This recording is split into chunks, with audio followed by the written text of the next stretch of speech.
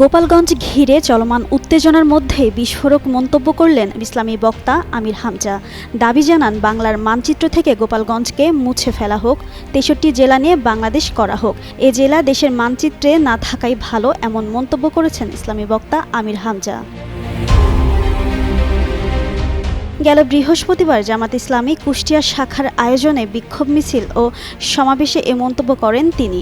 গোপালগঞ্জকে আশপাশের জেলার মধ্যে ভাগ করে দিলে ভালো হয় উল্লেখ করে বলেন, জুলাই যোদ্ধাদের ওপর হামলা দেশের ১৮ কোটি মানুষের ওপর হামলার সমান।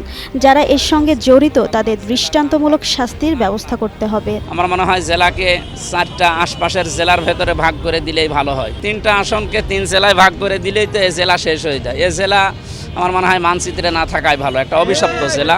ইসলামী এই বক্তা বলেন, আমরা ২৪ ঘন্টা সময় দিয়েছি, কিন্তু তা পার হয়ে যাচ্ছে। জড়িতদের শাস্তি না হলে গোপালগঞ্জের দায়িত্বরতরা এর সঙ্গে জড়িত এমনটাই ধরে নেওয়া হবে বলেও মন্তব্য করেন তিনি। জিন্নাত আরা ঋতু, যুগান্তর নিউজ।